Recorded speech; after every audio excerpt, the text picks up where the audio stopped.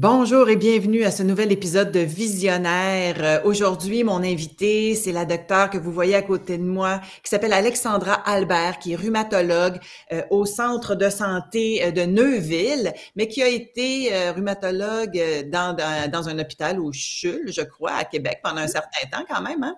Et Oui, pendant 10 ans. oui, et que j'ai rencontré elle aussi au sommet de la santé intégrative en janvier. Et là, ça m'amène, si tu me permets, une petite plug. Là, il y en a un deuxième sommet qui est déjà complet au mois d'octobre au Spa Eastman, mais il y a le congrès de la santé intégrative qui s'en vient au mois de janvier, organisé par deux jeunes de Humain 360. Alors, deux jeunes que vous avez vus ici à Visionnaire, d'ailleurs, Pierre-Olivier Pinard et son collègue Jean-Christophe Poirier. Et ils veulent en rassembler 2000 personnes autour de la santé intégrative. Alexandra, j'aurais envie de te lancer là-dessus parce que tu étais là au premier sommet. Comment tu as trouvé ça? Est-ce que tu as trouvé ça aussi réjouissant que moi de voir tous ces professionnels vouloir mettre leur savoir en commun?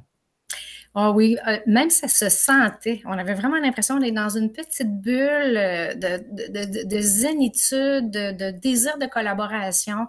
Moi, j'avais jamais vécu ça, hein, d'être dans un même événement comme ça avec plusieurs autres professionnels de la santé qui ont le même désir, hein, de s'associer, de collaborer, d'échanger, de pouvoir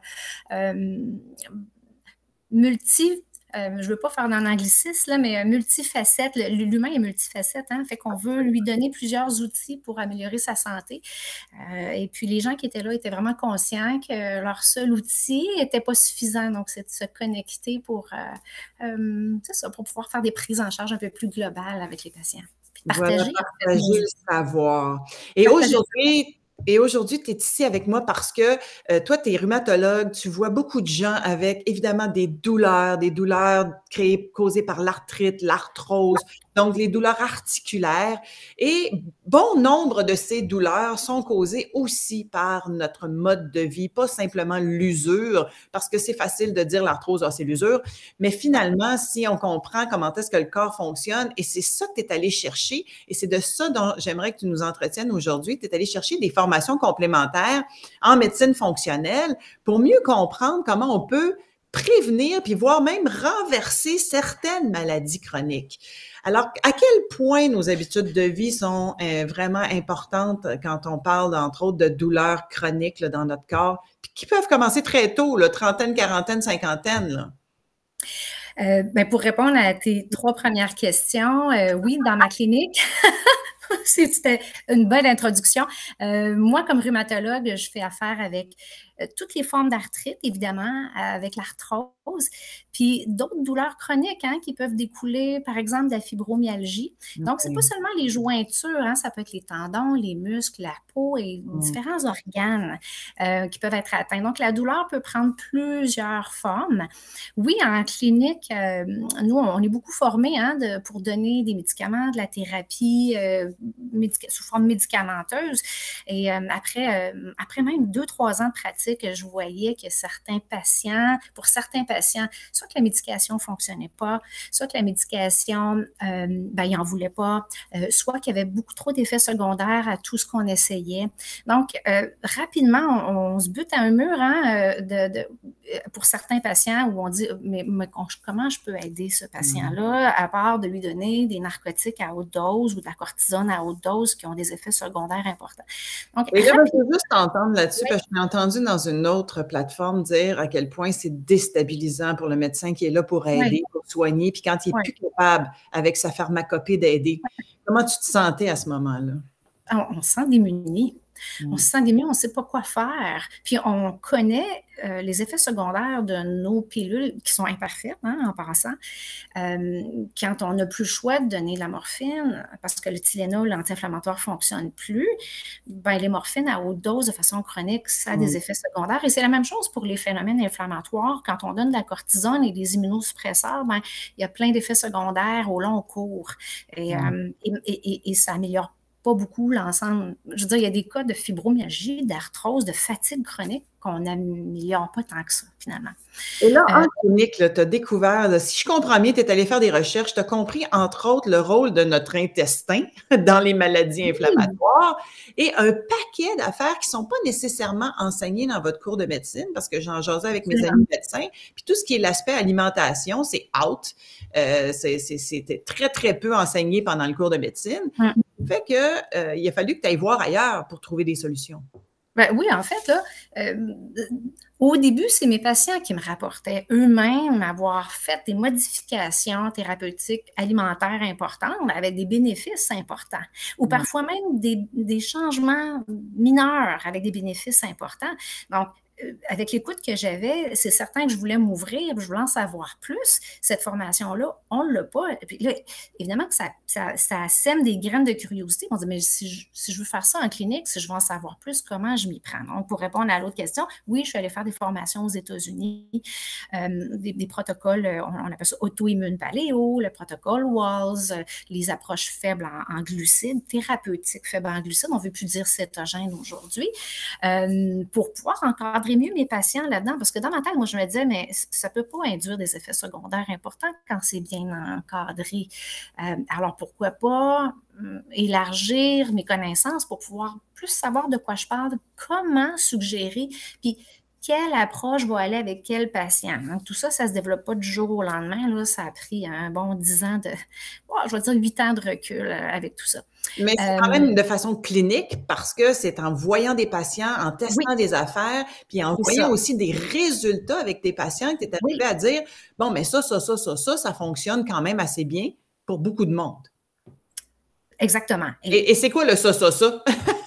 Mais le ça, c'est 2 pôles. Maintenant, avec l'expérience que j'ai, je suis capable de diviser les approches thérapeutiques nutritionnelles en 2 grands pôles. Il y a le pôle microbiote intestinal, par où on a vraiment des données de plus en plus qui montrent que le mauvais microbiote intestinal va créer de l'inflammation et l'envoyer dans le système, mais aussi la porosité ou la perméabilité trop grande de l'intestin qui va faire absorber davantage du contenu de l'intestin. Et le contenu de l'intestin, c'est des petits bouts de bactéries, l'ADN, les lipopolysaccharides bactériens, mais aussi des aliments mal digérés ou même des aliments inflammatoires qui sont trop inflammatoires. Et l'autre grand pôle d'approche nutritionnelle thérapeutique, c'est les gens pour qui ceux qui ont plus une tendance à être en surplus de poids, résistants à l'insuline, prédiabète, diabétique, ceux-là, quand on les met sur un protocole un peu plus faible en glucides pour renverser leur syndrome métabolique, ça agit aussi sur la douleur. Donc, il y a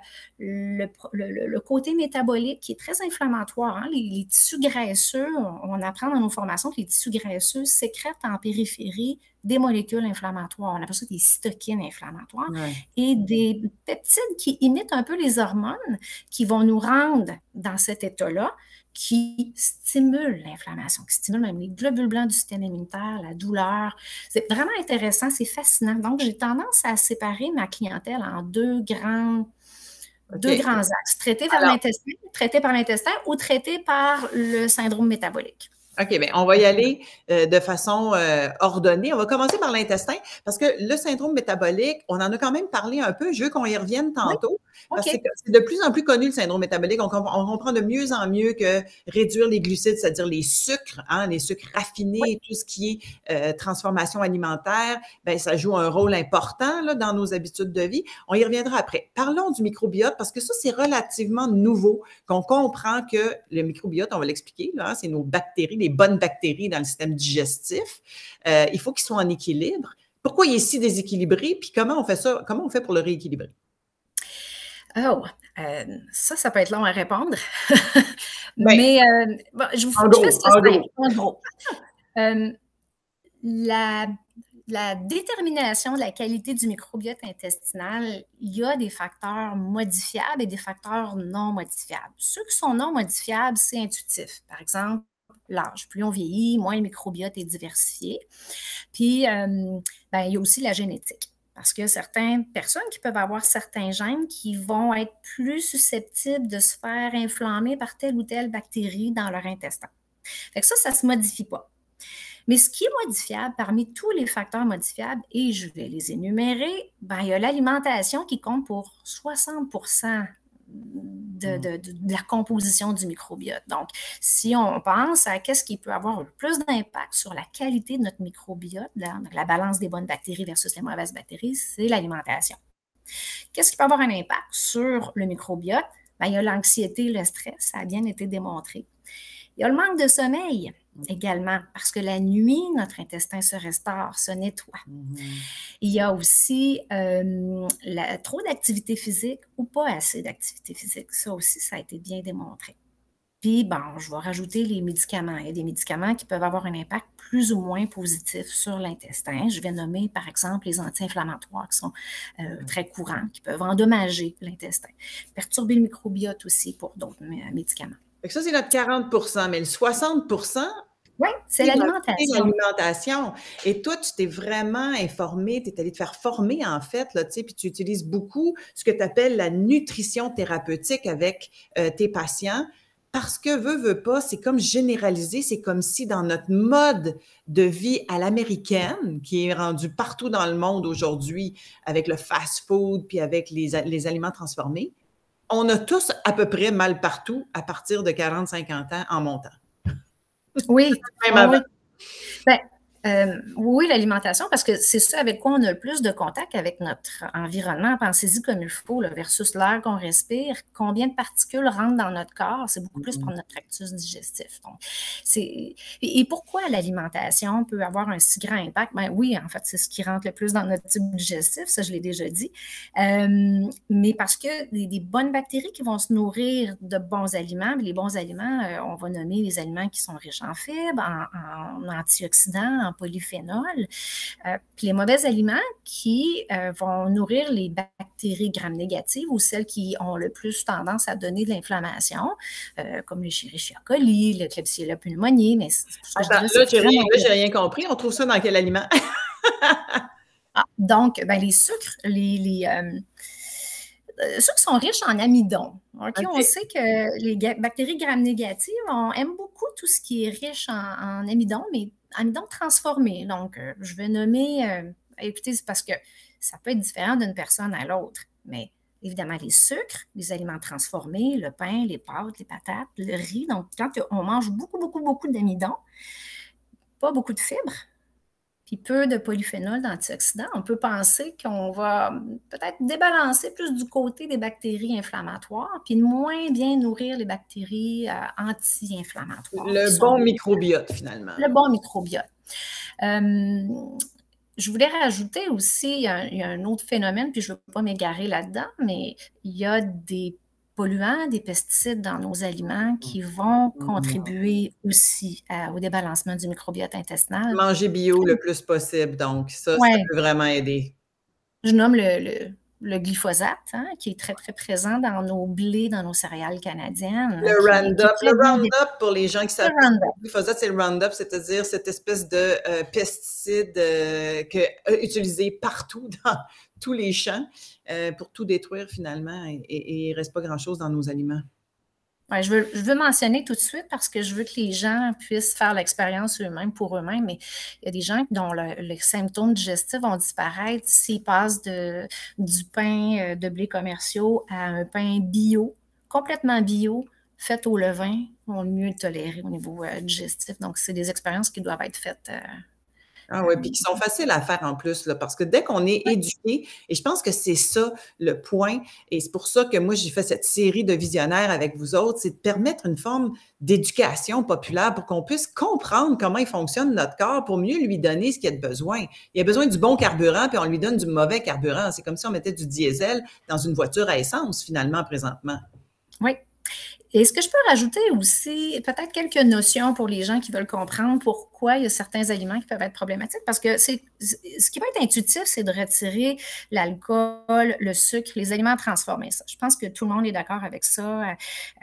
Ce qui est moins intuitif, c'est que dans certains aliments santé, pour les gens qui ont des maladies plus sévères, OK? Là, je veux vraiment mentionner, pas quelqu'un qui est au début d'une maladie, mais quelqu'un qui a vraiment une maladie plus sévère, plus inflammatoire.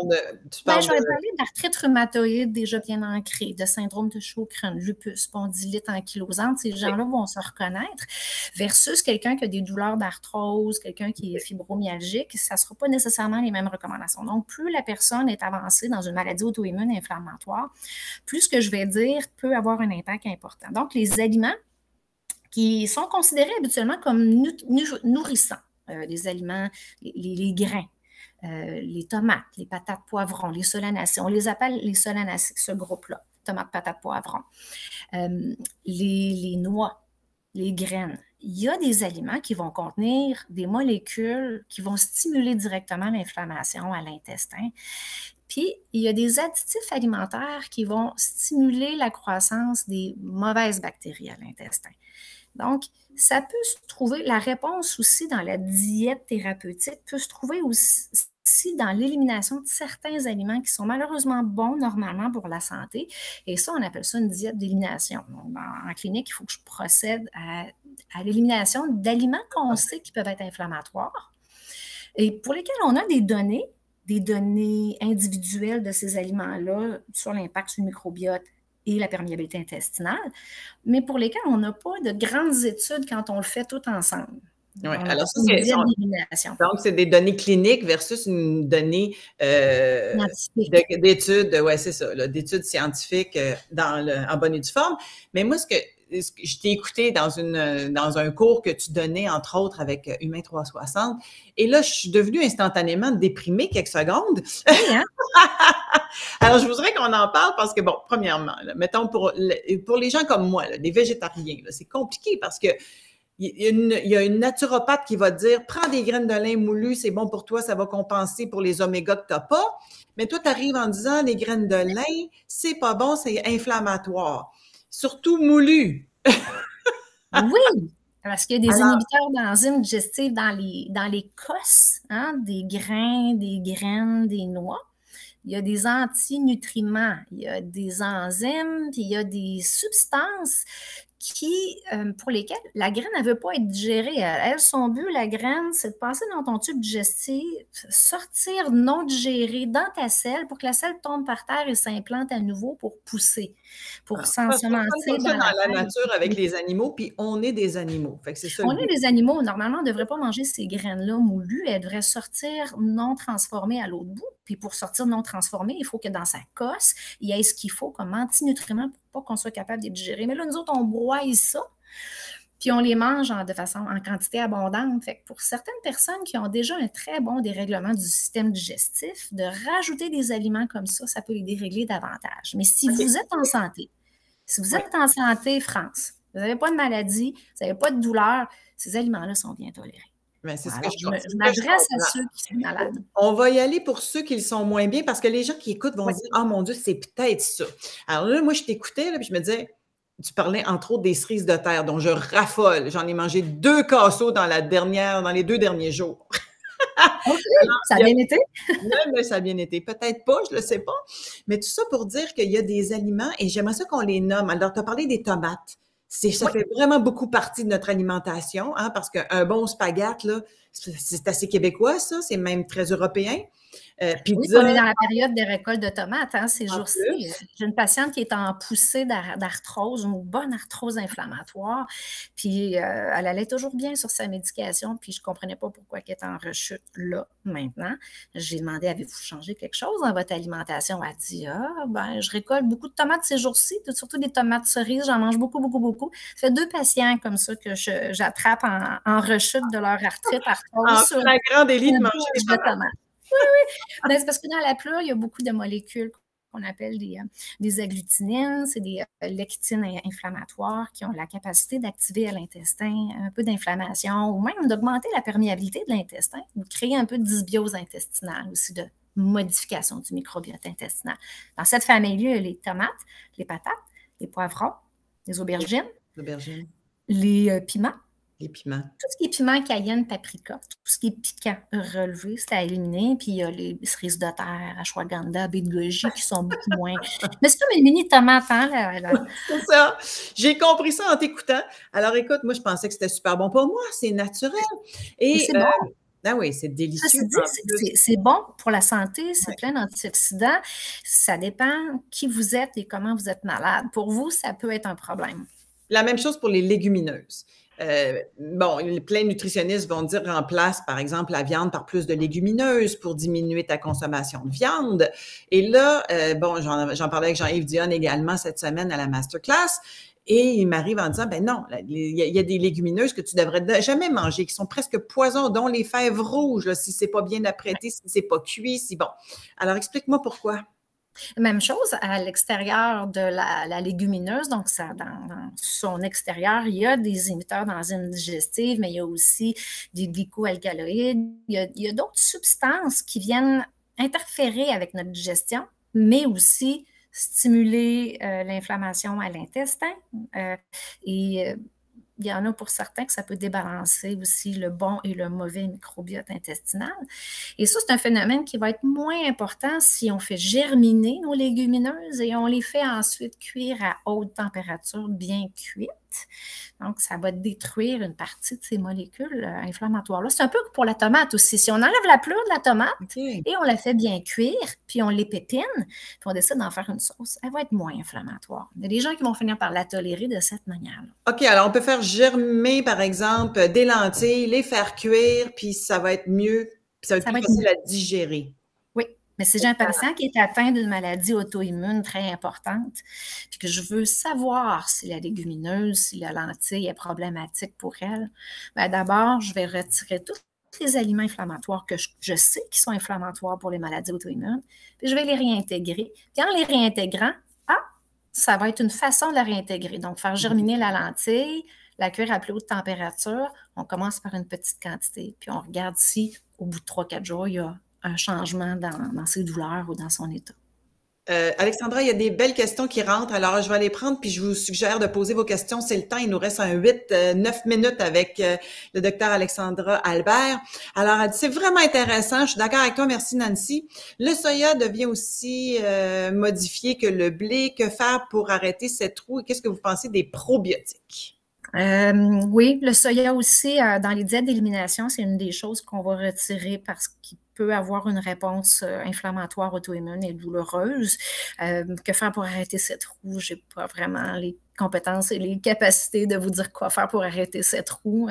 Encore une fois, acheter biologique, sans OGM le plus possible.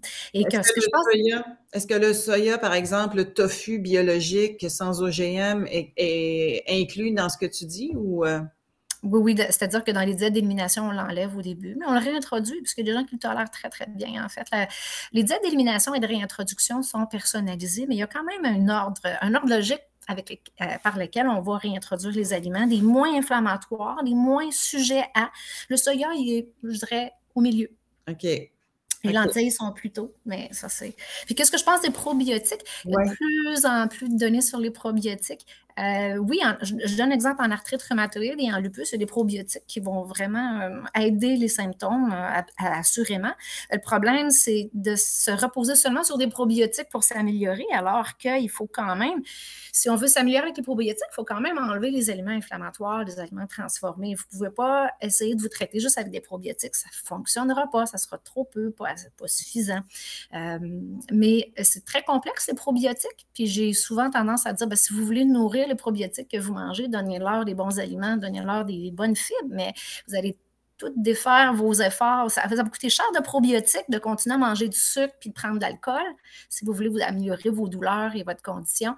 Les probiotiques s'inscrivent dans une approche qui est plus globale, changement nutritionnel, et on veut s'aider un peu avec les probiotiques.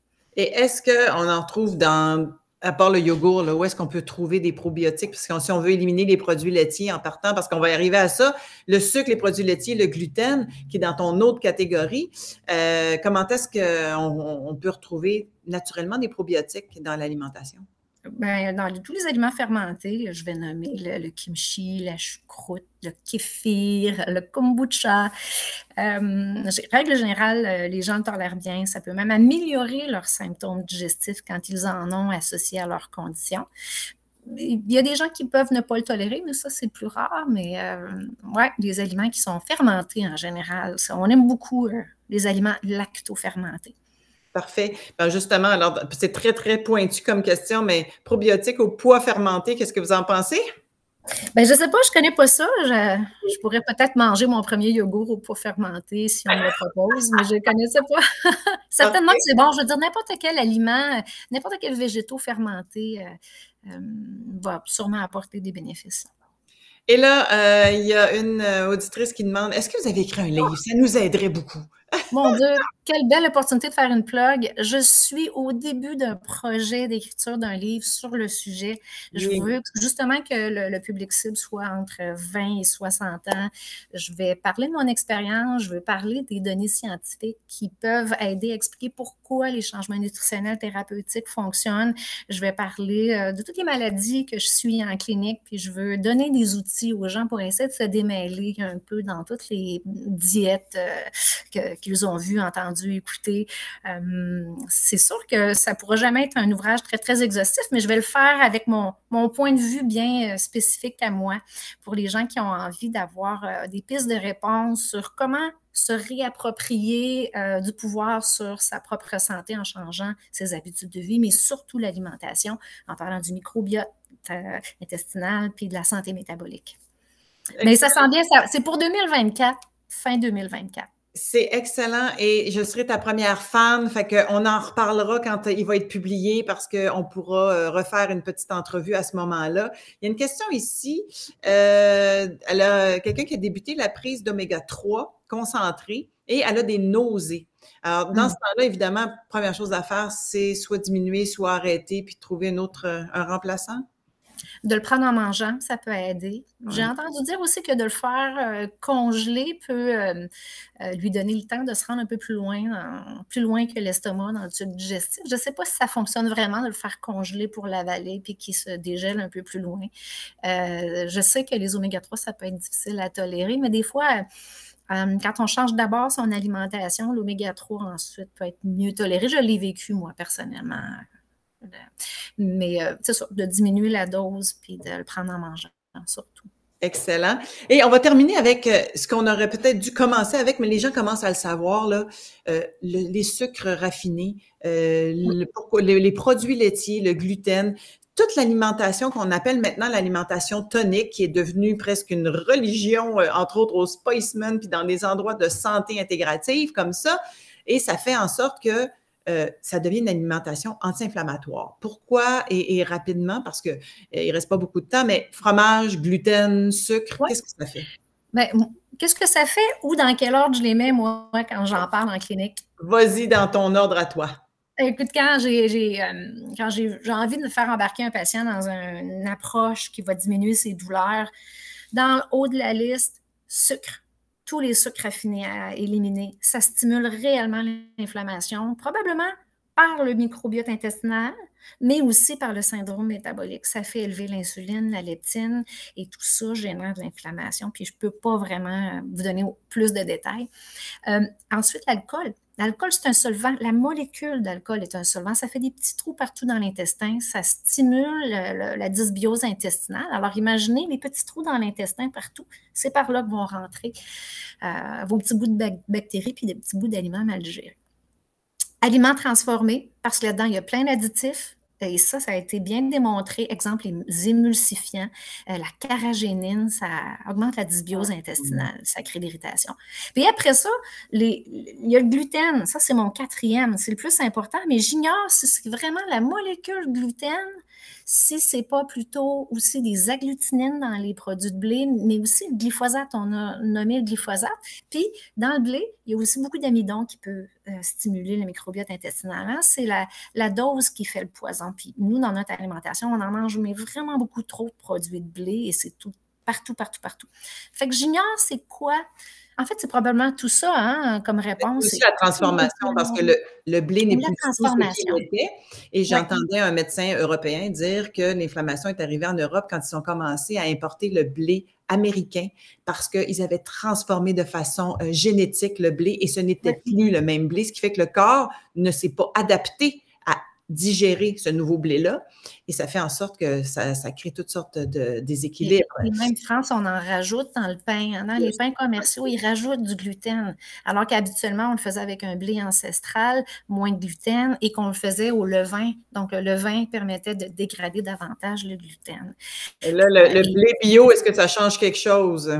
Ben, je pense que oui, mais encore une fois, ça dépend à qui je m'adresse. Si je m'adresse à quelqu'un qui a un syndrome métabolique et qui a trop de... Même une pomme, c'est problématique, ça fait trop monter son insuline. Ben, la tranche de pain bio, même si elle est bio, elle va quand même faire trop monter son insuline. Puis quelqu'un qui a une maladie auto-immune très sévère, comme un lupus, même si le gluten est bio dans la tranche de pain, le gluten peut ouvrir la perméabilité intestinale puis créer une dysbiose intestinale. Donc, ça dépend à qui je m'adresse. Mais il y a des gens, effectivement, qui ont juste un syndrome du côlon irritable, vont passer du pain commercial à un pain bio. Ils n'auront plus de douleur. Ah, c'est très intéressant. Je termine avec une fidèle auditrice qui est Linette, qui veut savoir, avec le kéfir, avec les crampes abdominales, est-ce que c'est un côlon irritable? Peut-être pas, mais c'est peut-être juste une intolérance.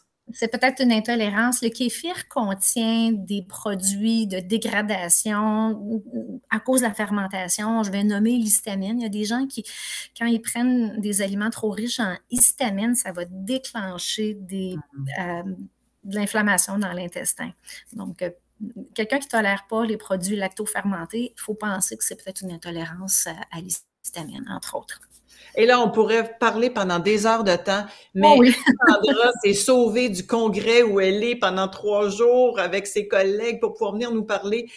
J'apprécie tellement cette demi-heure que tu as pris avec nous, Alexandra. On va se revoir quand tu vas publier ton livre et nous, on va se revoir personnellement au sommet parce que je vais aller vous voir. Oui, j'ai bien hâte. Oui. Et merci infiniment d'avoir cette ouverture-là et de nous permettre, parce que c'est de l'éducation populaire que tu es en train de faire avec nous, moi la première et tous les gens qui écoutent. Alors, merci de venir nous éduquer pour qu'on puisse apprendre comment il fonctionne notre corps puis mieux le traiter. Ben, je finirai avec un dernier mot de la fin. Merci d'abord, France, pour m'avoir invitée. Et puis, tous les gens qui souffrent de douleurs chroniques, arthrose, fibromyalgie, arthrite rhumatoïde, spondylite ankylosante.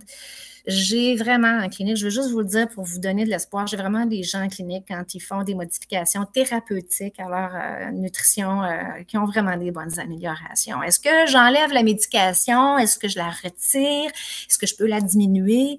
Tout ça, c'est à faire conjointement avec votre médecin. Moi, je ne suis pas en train de dire de balancer votre médication par-dessus bord. C'est vraiment super important de ne pas toucher à votre médication. Puis vous pouvez faire les modifications nutritionnelles sans changer votre médication. Vous allez voir les bénéfices que ça vous apporte. Puis vous pouvez on peut commencer à diminuer. Oui, vous pouvez discuter avec votre thérapeute, votre clinicien, pour diminuer, amorcer une diminution de la médication ou pas. L'important, c'est d'améliorer sa qualité de vie. Exactement. Alors, merci infiniment d'être avec nous, d'avoir été avec nous. Et bon, ben pour le reste de la gang, on se retrouve au prochain visionnaire. Rappelez-vous que c'est le jeudi en direct maintenant. Alors, si vous voulez poser vos questions comme vous l'avez fait, ben, soyez avec nous les jeudis midi. Sauf la semaine prochaine, ça va être préenregistré parce que je vais être au Spiceman en train d'enseigner. Merci tout le monde. Merci Alexandra. À très bientôt. À très bientôt, France. Ciao.